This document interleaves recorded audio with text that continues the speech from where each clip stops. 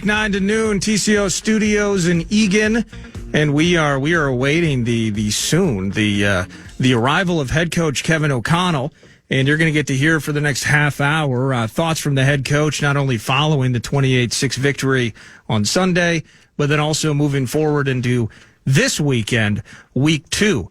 And again, the broad spectrum of NFC contenders. On one end, it's what we saw at MetLife on Sunday, and at the other end, it's the potential juggernaut on our hands, but we get it at home. We get it at U.S. Bank Stadium, kickoff at noon on Sunday. And, of course, anything that you missed this morning, you're going to get to hear it back Wednesday nights. X's and O's with head coach Kevin O'Connell, right here on KFAN and the Minnesota Vikings radio network. And I'm happy to report 9 to noon that the head coach has entered the studio here at TCO Studios in Eagan, a quick walk from the meeting room to the press room of sorts. And looking forward to PA and the coach's conversation getting underway and hear what he thinks about that big victory over the weekend. Here we are for X's and O's. Kevin O'Connell, what's going on? How we doing, guys? Good to see you. Things well? You nice and rested and everything? You could say that. Excellent. Yeah. Excellent. Do teams generally win football games when they run just 51 plays? And it really wasn't even a 51. It was kind of a 41 or 42 because you're killing the clock, and then, you know what I'm saying? Yeah, I mean, for the fantasy football folks out there, I'm sure they wish we had a few more plays. Just, the key number that I look for, PA, is that yards per play number. Because when you're at 6.1, you get into your normal 60-plus plays, we're going to be, right around where we want to be offensively in regards to the other offenses in the league. And but yeah, we just, between the early turnover and then the 99-yard drive was awesome, but we didn't take as many plays as you might assume when you're going to travel the full length of the football field like that. So one of those things where, I think the volume of plays sometimes is a powerful thing for us too, being able to keep our defense fresh. That just goes to show you what kind of performance it was for those guys on Sunday. And winning games, it's imperative. I mean, it obviously matters a ton. But is it even a little more important? Forget the season opener for a second, but to win a game in New Jersey. I mean, got the owners there, you got 100 people on the sideline. Their suite was 2 down for me. I mean, if there was a Wilf to be found around the world, they were in that suite. I think there might have been about 200 folks on the sideline pregame. No pressure, right? And I've gotten to know so many folks in the family just beyond, Mark and Ziggy and Lenny and all the kids. And it's an unbelievable family. They love their team. And I can tell just by leading into the game and then the reaction afterwards that they were very excited to have kind of the local bragging rights amongst their Giant fans, friends that they do have. And it was a beautiful day at MetLife, and our guys had a ton of energy, and that's really how I envisioned last Sunday going. And you guys put on a heck of a show. Vikings 1-0, Niners, the bill of fare this week. More on that later. You guys just held a National Football League team to 0 touchdowns. How does one prepare for a first game of the season where unpredictability can reign supreme? You got a new coordinator, you new plays and everything. Is preparing for that first game trickier than most? Depends on the opponent, depends on the year. I would say that for us as an offense, there was enough unknown that we probably had to carry a little bit more volume than I would have liked, especially in Sam's first start. It was one of those things where they could have played the game multiple ways that would have really, impacted the way I called the game, what kind of personnel I would have used, the plays you try to activate. So we needed to have kind of a little bit more tools in the toolbox there than going into a normal game when you know exactly what you're going to get. Hey, week 5, 6, 7, 8, there's 6 weeks of inventory that you can really call upon. But really with Justin Jefferson, we really never see, depending on the downs, those third downs, sometimes you really never see the Justin Jefferson coverage plan, regardless of who our opponents have played. Right. So I've learned to just kind of, depending on what sequence of the game plan it is, to kind of go in with, some thoughts in the back of my head that maybe some of the guys don't even know about. Sam may know, but things I'm going to activate based upon what I see on game day. So we don't have, a whole game where Justin, just because of, hey, what's on the sheet, that's what we're running. It's important for everybody to have clarity what we want to do, but at the same time, it's very important to get Justin activated. No greater example than that 44-yard completion. Yeah. When Justin went and got that thing, what a throw. And speaking of Justin Jefferson, and I'm glad Kevin brought up the 44-yard hit, because on that play, the Vikings had 7 blocking what I would call 4.5. I mean, there's I don't know how you even describe an amoeba kind of floating around thinking about Ty Chandler. You just love when I explain things that, don't you? I do. Call it a 3-4 hybrid with floaters. But anyway, so 7 blocking 4.5. And you got 18 on a rookie safety. So how does one get that to work so perfectly? But because Sam never was going anywhere else on that play once he saw a safety guy on 18. Yeah, there's a lot of factors that go into it. No, by the way, we did it no huddle too. So there's got to be limited communication, a system built there where we can activate things like that going fast. Try to take advantage of, the situation of the game where, if we let that thing get to third down, we're going to see the best of what the Giants had to offer. But hey, a 2nd and 8, 2nd and 7, whatever it was, great chance to activate something. We really kind of use hybrid protections where it may look like there's 6, 7 in at the initial snap, and then we can get guys out based upon what declares. We can help some of the critical areas of our protection and then get down the field, because that is a little bit, we call that a ball holder a little bit, where you might not be able to throw that thing on one hitch. Takes a little time to declare, but we want to give Justin the ability to attack the top shelf, regardless of who ends up covering him in those situations. And then it's always great to get him in a stack, get him in a bunch, get him a free release, and let him just open up his stride and run, because he just deals with so much coverage, so much press with help over the top. It can be frustrating for him. So we've kind of learned throughout the seasons that I've been here of just little ways we can tinker with, things that we do that maybe could be easy for our guys, but hard on our opponent. 5 for 5 were the Minnesota Vikings inside the red zone. And when I mean 5 for 5, that includes the Giants going 0 for 3 against the Vikings defense. What did you like about just everything red area, red zone related? Yeah, I think, for the most part, and you can include, Speedy's touchdown happened, I think, just outside what the NFL deems the red area at the 20-yard line. So really, I look at that as just another strike. That's kind of the strike zone to me, where if you throw it in from there, it might not go down as a red zone touchdown, but it is in my mind. I just thought we put a huge emphasis, PA. I didn't think we were very good in the red zone last year. Not to our standard.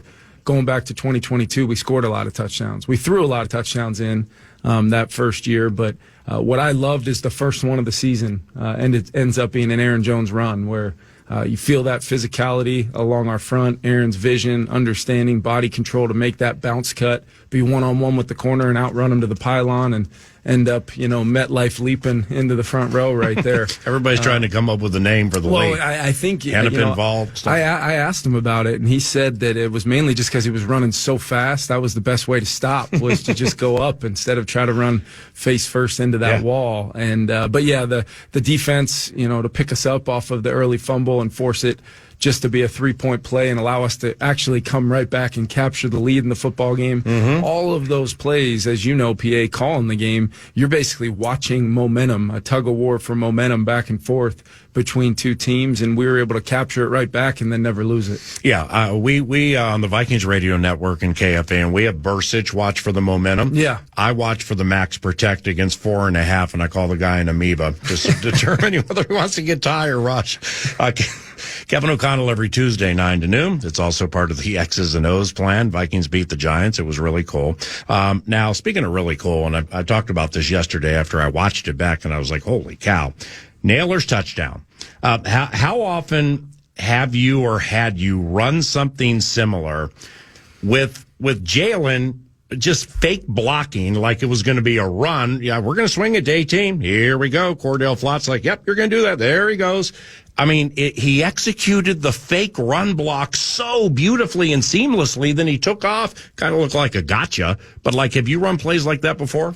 We have. It was the way it was packaged was a little bit unique. What I would say is I know the diehard Viking fans that are tuning in every week to X's and O's have heard me use the term marriage of the run and the pass. That was really a layered approach to that. If you think about it, we do have a run that we can hand the ball off to the back with Justin as kind of a run solution, for slot pressure, anything we may see in that moment.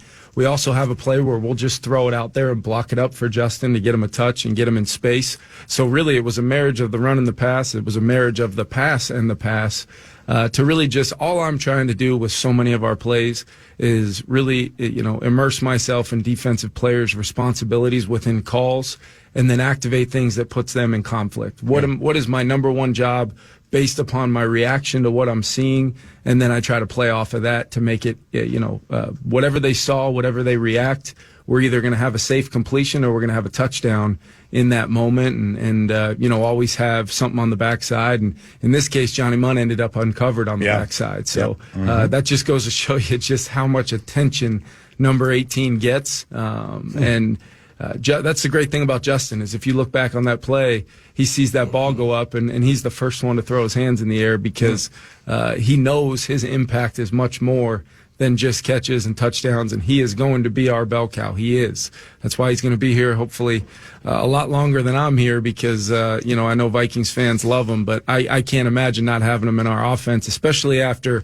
going through, a sequence of a few more games than I would have liked last year, not having him out there. It just, he's just such a featured guy wherever he is in the huddle, on the sideline, in the formation of the play, our opponents know. They know where he is at all times, and we have to use that to our advantage sometimes, but then there's other times we got to climb the mountain, beat double, triple teams like we did.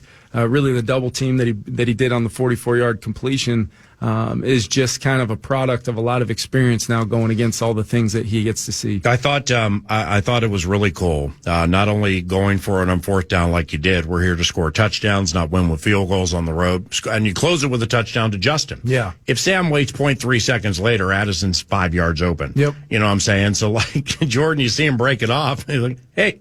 Oh, yeah. Right after that. But Darnold identifying the receiving bell cow off that singled up, nice pass. You got to be, strong to bring it in. I just thought that sequence was really cool. But and just on that too, PA, I think fans probably saw Sam. You see the fast arm on that. I mean, that's a pretty darn good young corner covering Justin right there with inside leverage.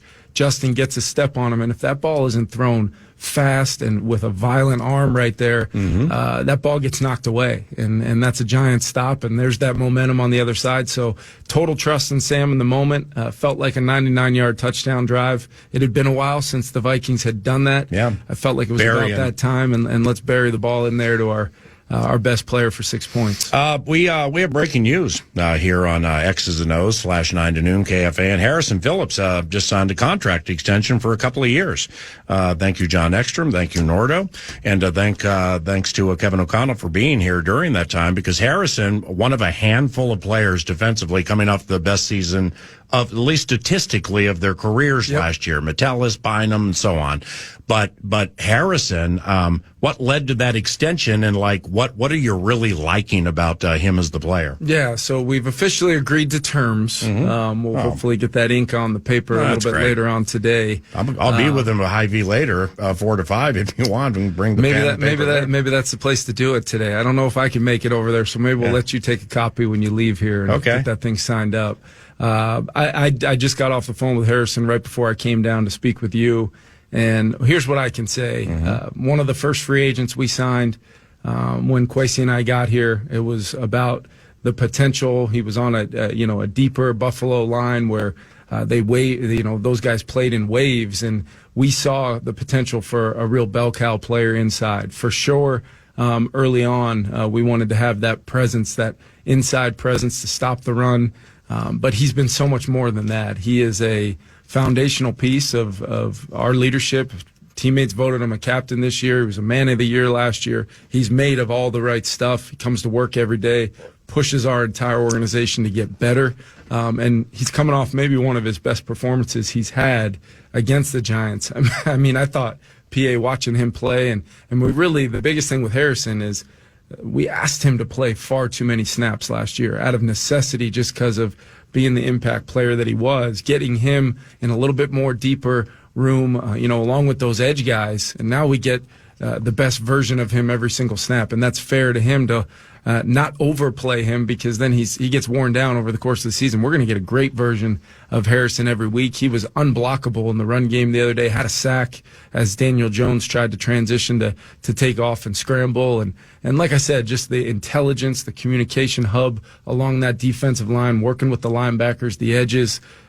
He means so much to Flo and myself in regards to what we're building here and continue to feel very proud of. And I think that led to Harrison want to get something done too. He loves being a Viking. He loves our fans and wanted to be here long term. And there's nobody more happy about it than me. The Vikings and Harrison Phillips have agreed to terms. There you go. On a 2-year deal. Because I have no idea what goes into fines, but I'd hate to be on the wrong side of a $50,000 organizational fine because of something I said. Kevin O'Connell each and every Tuesday, 9 to noon, and starts at 11 o'clock. And why so many penalties? Not necessarily in your game, but I added them up from around the league. The 7 last night messed up the bid a little bit, but it was 14.7 on average. Now that's accepted. So you got laundry on the field all over the place, all around the NFL. Well, you got your guy Land Clark though in the New England Cincinnati game was 7. So like he maybe had a flight or something, he wanted to get out of there.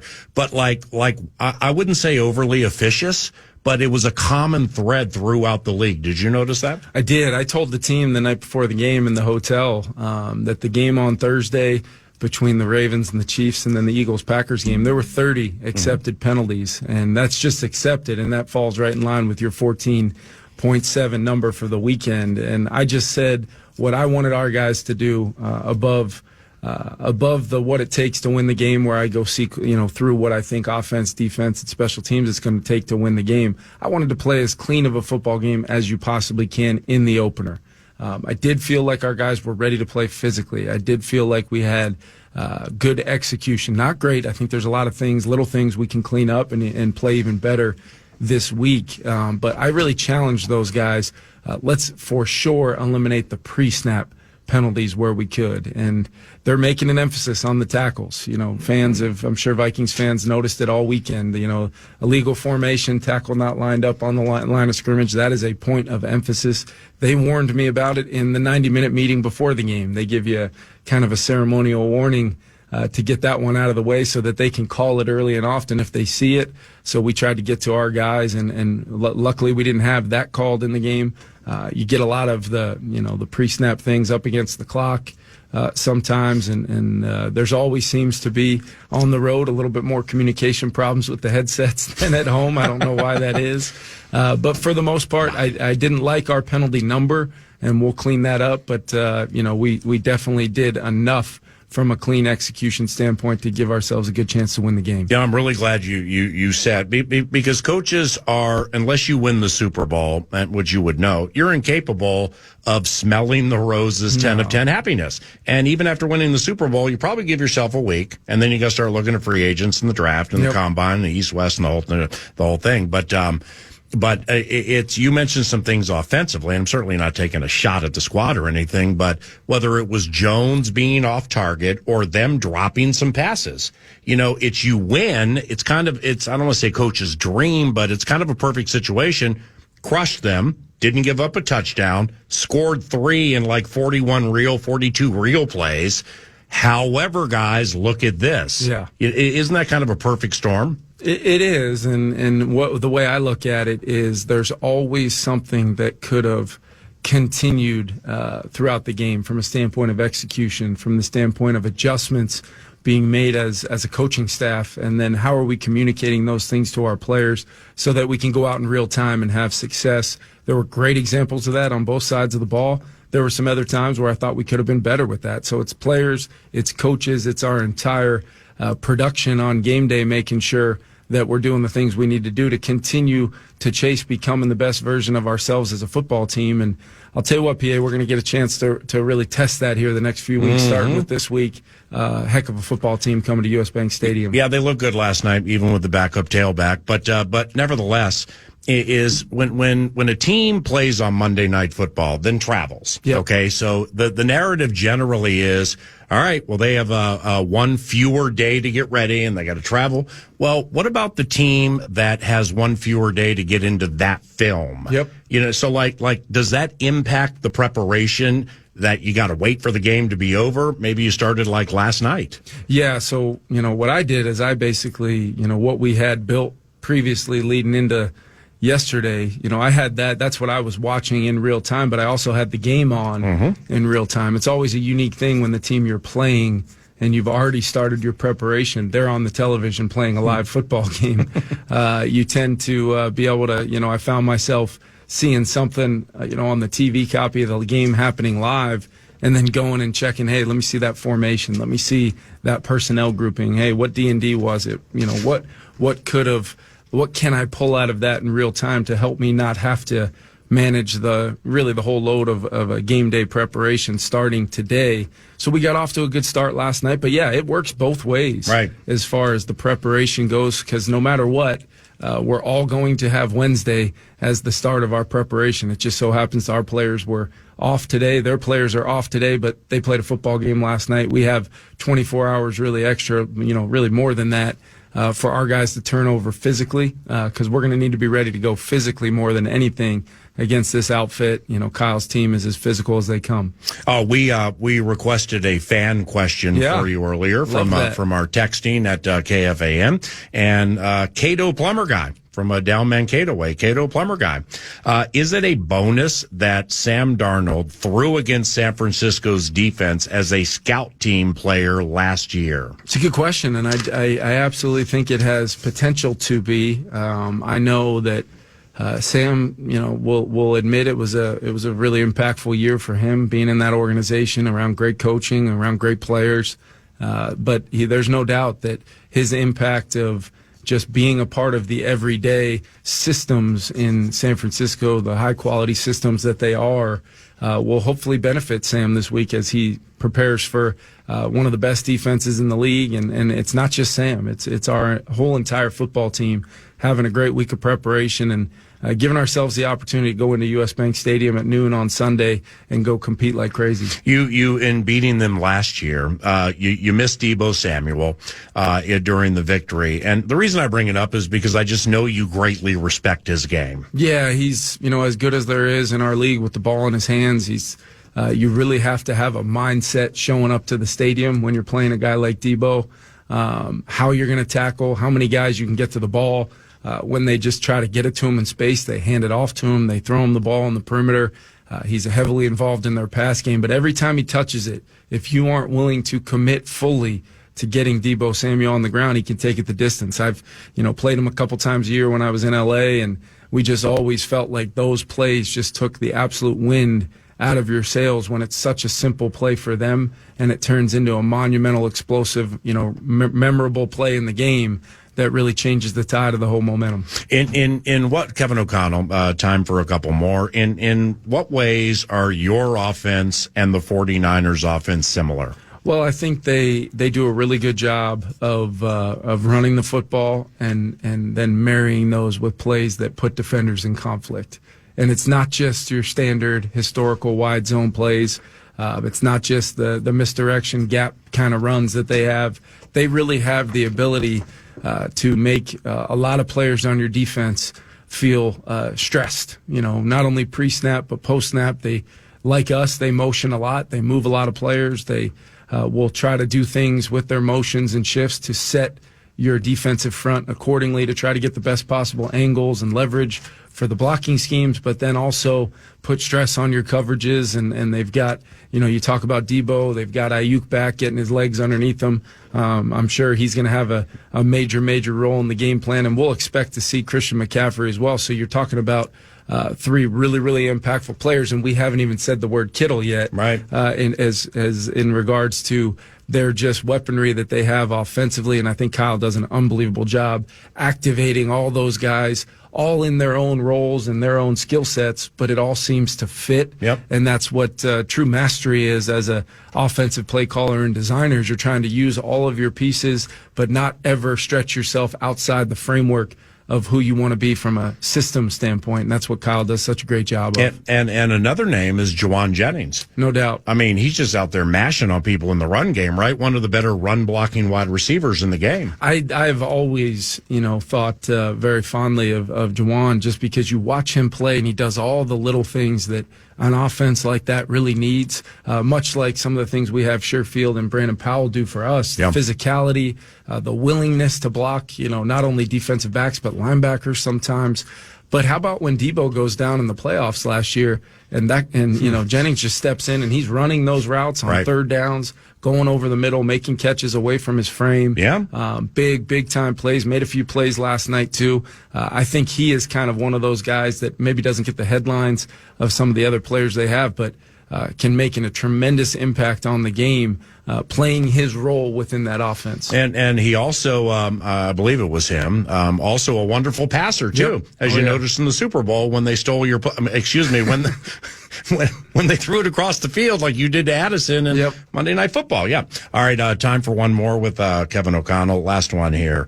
Reichard's unbelievably good. I mean, he hit the landing zone and made it by like 6 inches. Van Ginkel. The Van Ginkel, all right?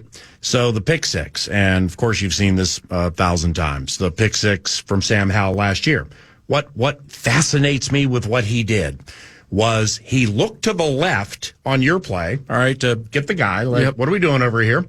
And when he was with Miami against Washington, he did the same thing. So, I mean, it's like Antoine Winfield, when Antoine was here, when it comes to play diagnosing and the takes and the tells and the talkers, I've just never come across anybody greater in my life as a defensive player. So to say somebody is Winfield-esque, that's glowing praise, but that's Winfield-esque doing stuff like that. I can remember you asking me in this very chair last week about him and why him and what's he going to mean to our defense. And if I could have just said, just wait till Sunday and everything will articulate itself right before our very eyes, I would have done that. I expected him to do that. I actually told him about a month ago, at what point in time do you score a touchdown this year? I just, I need to know because it'll help me prepare to call the game offensively to know you're going to give me 7 points.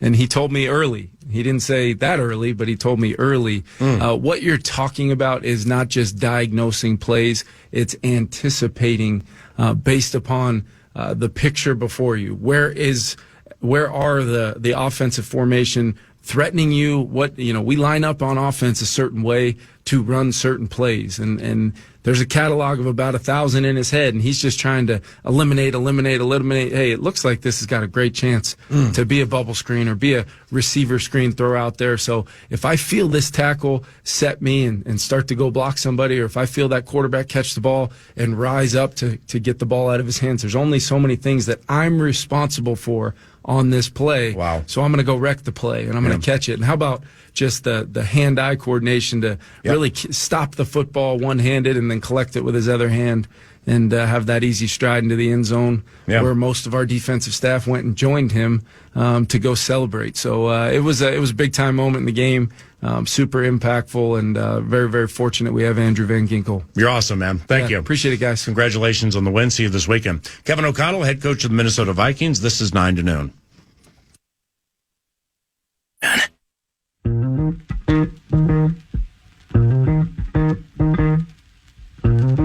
The Minnesota Renaissance Festival is happening now through September 29th, and we've got your chance to win tickets. Head over to our contest page for your chance to win today. That's KFAN.com, keyword contest to enter.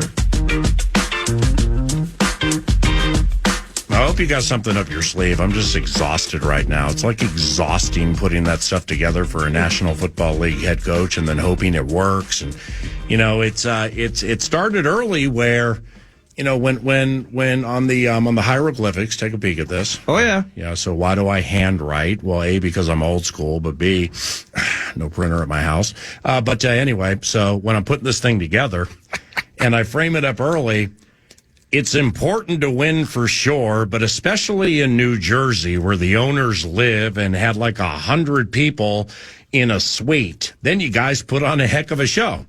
It's like when you craft that middle of an afternoon and you're like, hey, that's going to be cool. Yeah. But then all of a sudden, the defense that you planned for is a little different.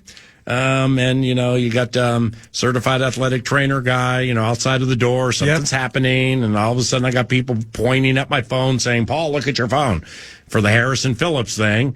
I'm just exhausted right now figuring out the amoeba, the 4.5 person rush, and looking at him smile at me when I tried to explain it. What did I do wrong with the explanation? I thought it was totally fine. And good morning. Good morning. No, you did a perfect job. I love this is 2 times, and both conversations have gone terrifically. That's been awesome. But both conversations at some point have centered on John Ekstrom and myself texting each other from 5 feet away because we got to stay outside the camera view. And it's, hey, you can ask him about this. Yeah. Nope, you can't ask him about this. It's not done yet. Yeah. Oh, actually, you can hit him with this. Oh, like last week? Yeah, we're sitting here. I mean, I feel like I'm on a tarmac right now with a couple of flares up, trying to direct a 747. Right. And today was the good one because you got to hit him with number 97. Yes, but you texted me Harrison Phillips contract extension 2-year deal. Yeah. Okay, great. Well, I went with it like that. But then O'Connell was, hey, agreed to terms. And I'm like, great, cool. I just got the team fined $250,000.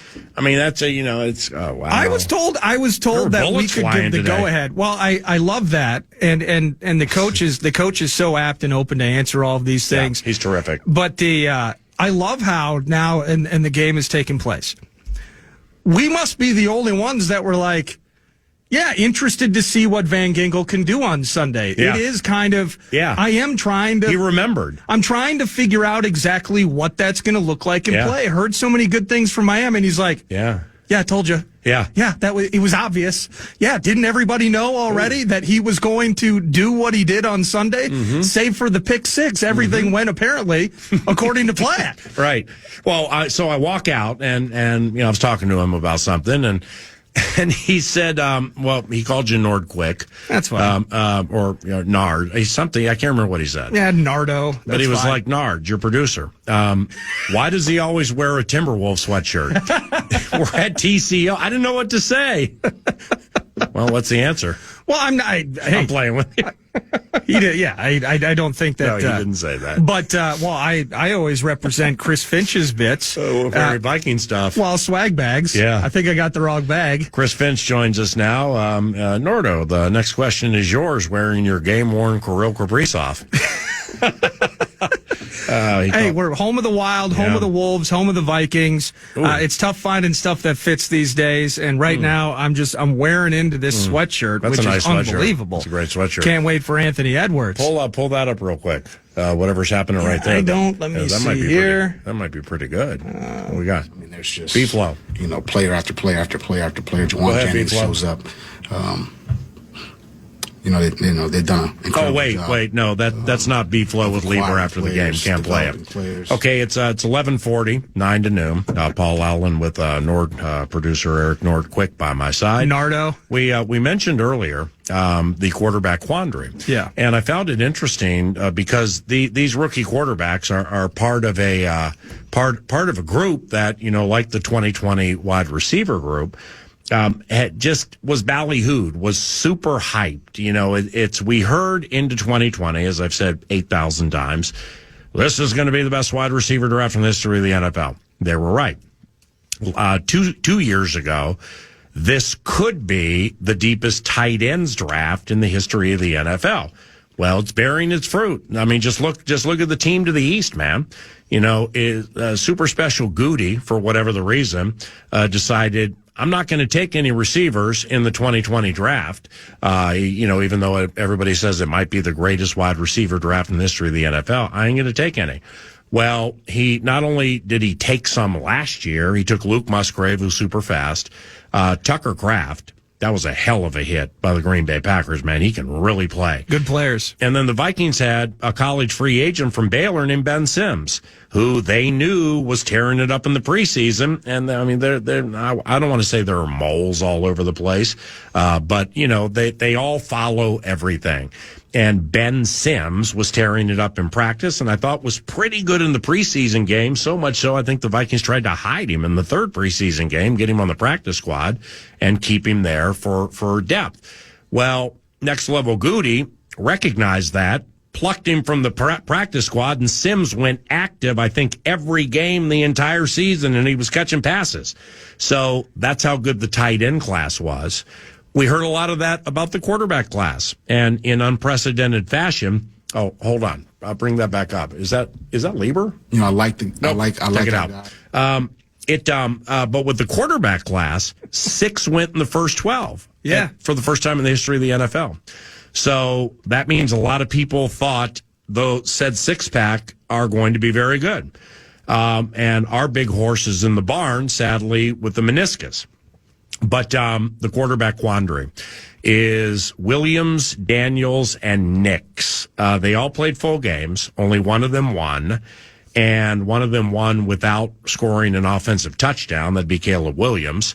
But interestingly, none of them threw a touchdown pass.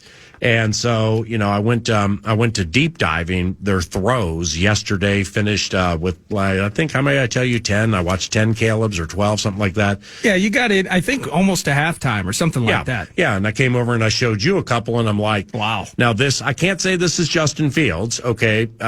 Justin does not have a swivel. 9 to Noon has heard me say that forever. He just does not, he will not scan the field with the swivel head going left and right. Well, Caleb, I mean, he never looked off his first or second read. They always were on the same side of the field. And if there was a blitz coming and he checked out of the play, he knew where his, as they say, hot receiver was, and he went to him every time, even if the guy was covered.